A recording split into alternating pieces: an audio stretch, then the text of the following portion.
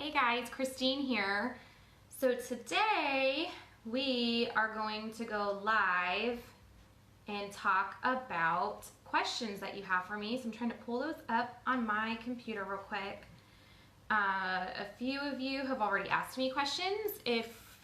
During this, if you guys want to ask some more questions, you are more than welcome, but they are just homeschooling questions. So I just went on and I asked both on my group for relaxed homeschoolers and also just on my page. I said, hey, what homeschool questions do you guys have for me? So we're gonna go through those really quick today. So Christina asked, how do you do it with a baby or toddler? Which I am homeschooling with a baby in the house.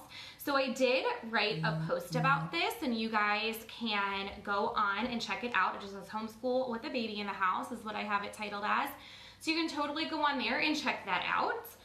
But basically, homeschooling with a baby is a mess.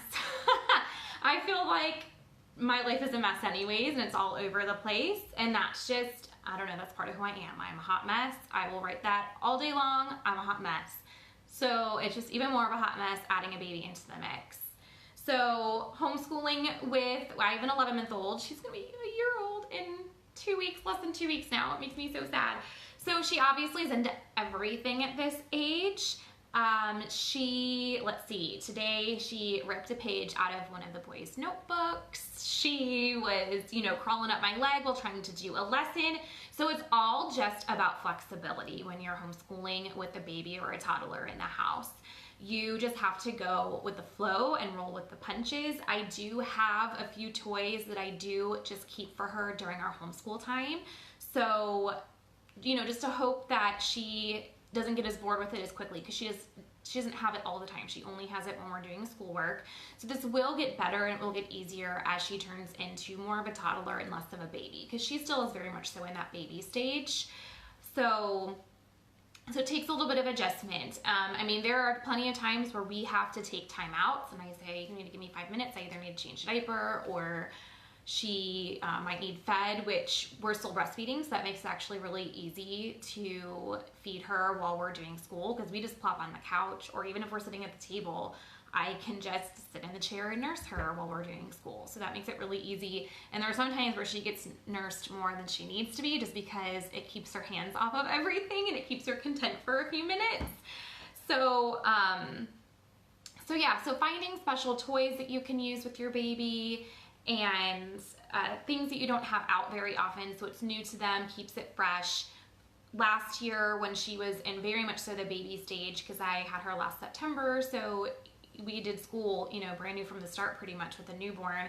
We did what I like to call couch schooling, which we did not do any school at a table. It was all on the couches, just because that was what was easiest for us at the time. So we did a lot of couch schooling, a lot of just holding the baby, nursing the baby, doing everything on the couches, where now it's the exact opposite. Now we're at the table, because if we're not at the table, she will pull books off of places, she will rip papers up, she will get into the pencils, she'll get into the crayons.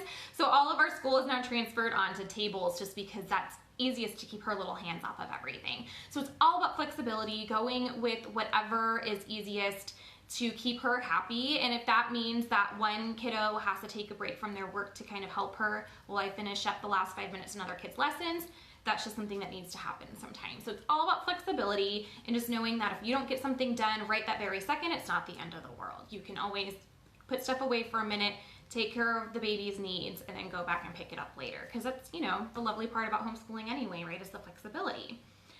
So next, Bethany asked, how do you school multiple age kiddos and grades? So I have a very wide age range between my kids. My first two kids are 4 years apart, so I'm doing both first grade and 5th grade right now. So I try to combine as much as I can, which makes it very difficult with how large of an age gap they have. But we are still able to combine sciences, which right now they are in a science class. I'm actually writing about that next week, about how we do some things out of the house. We don't just all homeschool everything, as I outsource my science class because it's what our community has for us. But for history, they do all of that together. For the science we do at home, they do that together. Any read alouds we do together, any our Bible studies we do together. So we're able to do a lot of that stuff together. And then we are also able to do a couple of computer programs. So our language arts is all on the computer. So it makes it easy that one kiddo can be watching his short 5-minute little video while I'm working with another kiddo. So my 5th grader can do all of his language arts on his own unless he has a question. So he's able to watch the video, do whatever workbook page he has, and then just have me check it later unless there's something he needs me to go over with him. And there are times where even if the video explains it beautifully, he just needs me to walk him through it, and that's totally fine. But he's able to do most of his lessons by himself. And then with my 1st grader, he's able to watch video by himself, and I just sit there and do the worksheet with him. So today, for example, today we only did language and math because we're just getting back from vacation and life has been chaotic. And so we did all our grocery shopping and finished unpacking this up this morning. This afternoon I said, let's sit down for an hour and do school. So they did language. So I set my 6-year-old up with his language video. He got to watch his 5-minute video while I worked on a math lesson with my 9-year-old for 5 minutes. And his lessons only take about 5 minutes, and then he's able to do the work by himself. So then I was able to go, okay, switch. Now I'm gonna do the worksheet and the math lesson with my 6-year-old while my 9-year-old finishes his math work and does his computer program then for language. So we're able to flip-flop that way. And there are times where, you know, if one of the boys needs to read to me or I need to read to them, that one kiddo just has to go play Legos for 10-15 minutes. And that's fine because it's something that they, you know, they're still learning when they do any type of hands-on stuff like that. So don't think, oh, well, they need to go have this, you know, playtime while we need to be doing school. It's all about flexibility. That's the biggest thing with homeschooling, I think, and the biggest reward is that you can just be so flexible. You can do whatever works for your family. So if they need to take a 10-minute break playing with Legos, they can go play with their sister. They can go jump on the trampoline, whatever it is, just to get them that little break. Well, I need to finish up with one of the other kids. Then, you know, sometimes that just needs to happen. So just kind of, you know, getting in your groove, because every year we do pick up something different, some different piece of curriculum that we haven't used before. So, and then also just difference with, you know, the independence that the child may have as they get older and they're able to do more on their own. It's going to change year after year. So just learning what your groove is and then being able to say, okay, this is what we're going to do with you. Will you go work on this? Flip-flop, do the other way, do a lesson, will you do a worksheet, and just change it up. And then try to combine as much as possible, because especially if you have kiddos who are only like 2 years apart, you can combine so much more than I can with having such a wide age gap. So that makes it really easy. So one of these days, we're already looking at what we're gonna do after my husband retires from the military. I'm gonna have a kindergartner, a 5th grader, and a 9th grader. So I'm like, holy cow, talk about such a wide age range. Anyway, so that'll be a whole new world for me to have such a big age gap between those 3 kiddos. So it'll make life interesting. Okay, so Tatiana asked, how do you manage to homeschool, take care of the house, cook, take care of yourself? And then she goes on about how she only has 1 kid and she can't get her life well organized. So I actually wrote a post about this. I haven't posted it yet because, like I said, we just got back from vacation and life's been chaotic. So I haven't gotten it up there. I should have it up by this evening, if not tomorrow morning at the latest. But it is all about how we as homeschool moms do not have to be super mom. I think that society has this label on homeschool moms that I think that they think that this is what we think of ourselves, is that we can do anything because we must have all the patience in the world if we are homeschooling our children, because we are spending all this extra time with them instead of sending them to school. We, you know, have the perfect house and we're able to cook gourmet meals every night, and then we're able to work out every single day and all this stuff. Let me tell you something. We are normal moms. And no one should have to live up to those standards. I don't know why we have this standard now for women where you should be doing everything in the world. You need to have the perfect body, the perfect house, the perfect meal, the perfect kid. It's a bunch of baloney. And it is putting way too much pressure on women nowadays. My house, I am sort of tempted to show you guys my house right now. I don't think I'm going to because it's a little embarrassing. It's trashed right now. My homeschool space is the only thing that's clear, which sometimes it's the opposite. The rest of the house is fine. The homeschool space is a mess. I've got stuff all over. There's pillows on the floor. There's packages open and strewn on the floor. There's baby toys on the floor. There's some books on the chair. There's some other stuff over here on the table. Kitchen's organized because we just emptied groceries into everywhere. So kitchen's actually not too bad right now. But it's not perfect, and it's never going to be perfect. I'm never going to have 100% of my house clean 100% of the time because, I mean, even with just having 3 kids, whether or not they're in school or not, my house is not going to be perfect. And I am in a season of life right now where I'm not exercising regularly. Am I on my feet? Am I moving? Am I active? Absolutely. But you're not going to be finding me right now doing a 30-40 minute exercise because I have a almost 1-year-old who thinks she needs to be attached to my hip all the time. And I've got 2 other kids that I am homeschooling, but this is a season in life. And I think a lot of times people think that, you know, oh, we need to get this baby weight off right away. No, I still have 20 pounds of baby weight. My baby's about to turn 1, so she's not even really a baby anymore. It will get lost eventually. And I've been on the other side, I suppose you can call it, where my son was he was 5 when I gave birth to my 3rd child. So I was already sleeping through the night. I had already lost my baby weight and gotten back in shape. I had this extra me time. I could go out more often with my friends. I could do my exercises. I could do extra stuff with the kids. I did have a more neat house than I have now. But the season of life I'm in now does not allow for that, and that is okay. Y'all need to give yourself some grace and know that you cannot be expected to do it all because you will be miserable. So, you know, learn to give yourself some grace. See what you need to do. See what manageable tasks you can give yourself. And that's something else that's going to be my post that I'm posting about tomorrow. You know, when you make a to-do list, make it small enough that you know you can get it done that day. And that way, if you can add more to it, awesome. But if not, you're not looking at this huge list going like, oh my goodness, I'm never gonna get this done. I am failing. Why can't I get all of this done? Make it manageable. Put a couple things on there, and then you'll feel like the awesomest mom in the world when you're able to add more stuff and get more stuff done.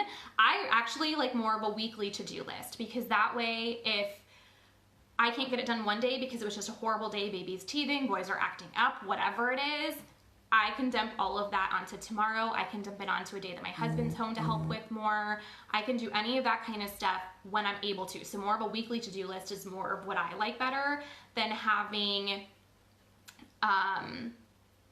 just instead of doing every single day. So I could go on and on. My post will be there either tonight or tomorrow. I will put it up for you guys. Okay, so that one was North Carolina specific. So I already messaged her. So Carrie also asked about how do you fit everything in, so I just talked about that. I'm obviously all over the place. Okay, where do you start? Brittany says, where do you start? How do you get a routine down, especially with extended breastfeeding? And like I already said, I feel like that's the easiest thing ever with breastfeeding because I can just pop her on and nurse her while we're doing lessons. So I feel like that's easy. If anything, it's just managing normal life with a baby. We just started preschool this year. I would like to homeschool for our future. But she learns so much better from other people. It needs to be with peers. So my kids do classes outside of the home sometimes. Most of our stuff is at home. They do a science class outside of the home, like I already mentioned. They love their science class, but they've also told me it's not because someone else is teaching it. They just love it because they love science. So they are, I guess you could even call it a formal science class because it is. It's other homeschooling kids getting together, so they're all are co-ops you can join. I know that's very, very popular. A lot of people I know are a part of co-op. So a co-op is just a homeschool cooperative, which means that you are going to have parents teaching each other's kids. So one mom might be teaching a writing class. One parent might be teaching a science class. Sometimes you do extracurriculars. I know my friend was teaching a cooking class as a part of their co-op. And so each parent has a different task, whether it be teaching, sometimes it's just being a helper, sometimes it's getting stuff pre-planned, like getting things prepared for a lesson for another teacher. Sometimes it's just helping with the babies because some parents that are teaching may have younger kiddos who aren't homeschool age yet, and so 1 or 2 moms might be in charge of helping with the little kids. So it's a homeschool cooperative where y'all get together and do classes together so the kids are able to get together with some other kids, learn some stuff that way. So it doesn't necessarily have to be you at home 5 days a week sitting down like a school setting. And that's the beauty of homeschool, again, is that you can make it flexible. You can do whatever it is that needs to happen for your schedule. So if you want to be part of more like co-ops outside of the house classes, you can absolutely do that and still homeschool. You I mean, socialization is honestly not even an issue with my kids, which I know you didn't necessarily bring that up specifically, but just needing to be with peers. Your child will be with peers a lot because we are part of a homeschool karate class. And even before we were in a regular karate class, again, they're with peers. We're part of our science class. We are part of a park day group. So every single week we get together with a whole group of homeschoolers meeting at the park. My boys are starting soccer this week. We had to drop Trail Life, which is like a Christian scouting. We had to drop that simply because we didn't have time to fit it in our schedule. And then that doesn't count just regular play dates that they're having with other kids as well. It doesn't count going to church. It doesn't count all of our camping trips that we take. So they are with kids and they are with peers all of the time. And something that is very important to keep in mind is that peers does not have to be kids their specific age group. So that's something I love the most about homeschooling is my kids don't need, my 10-year-old is, or I call him 10, he's almost 10, he'll be 10 next week. He does not have to be with other 9, 10-year-olds. He is happy playing with 7-year-olds. He is happy playing with 13-year-olds. He is happy talking to adults. And so it's something I think that's beautiful about the homeschool community is that a lot of kids will be more open to talking to other children outside of their age range. And I feel like that's a good life skill to have because something I noticed after I graduated, I started volunteering at a pregnancy clinic. And I was friends with these people who could be my mom. They were my mother's age, and here they were my new friends. And I'm like, this is kind of strange. Like, you could have given birth to me, and here we are having, like, she was my peer. So being a peer does not necessarily having to be the same age as your child. It's anyone that your child is able to interact with, and it's going to change as life goes on. And so I feel like that's a really good life skill is that your child's able to communicate and able to have relationships with people who are not their exact age. And I feel like that's a skill that I really lacked being in the public school system, is that I was afraid to talk to adults, which is kind of scary in a way. I mean, you know, there's like the stranger danger and all that kind of stuff you've got to worry about, but why was I afraid to interact with adults? That's not a very good life skill to have, that I only felt comfortable with people exactly around my age.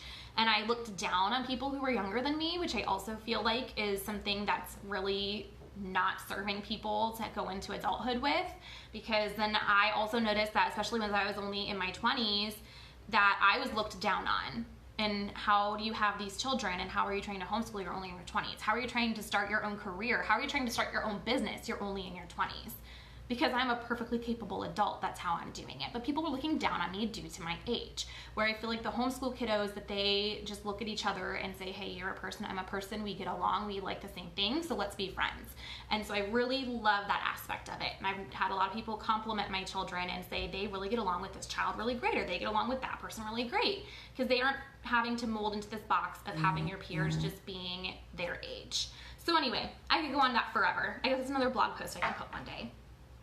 So let me look on here really quick. Does anyone have any questions that I did not cover yet before I log off? Because I know there's a couple of you guys on here watching, so I'll give you just a couple of seconds. While I'm waiting, I will let you guys know. So I know I had said I was going to post about morning baskets like 2 weeks ago. We went on vacation. It didn't happen. I even had my whole morning basket with me just in case. It didn't happen. It was just a little bit too chaotic when we were trying to visit family. The baby wasn't necessarily cooperating, not being at home and, being in a different environment and everything. So that got pushed back. So I will be talking about morning baskets next week. So I'm excited to share that with you. There are a whole handful of things that I'm excited to share with you out of our morning basket, so you can get an idea of what a morning basket is, what we do for that. So I don't see anyone posting any questions right now, so I'm going to go ahead and log off. I think I'm going to do this monthly though. This was really fun to go on and have people ask me questions and try to answer them for you guys. So please join me next Thursday, 3 p.m. like always, and we'll talk about morning baskets next week. And I will be posting the, what's it called? The post about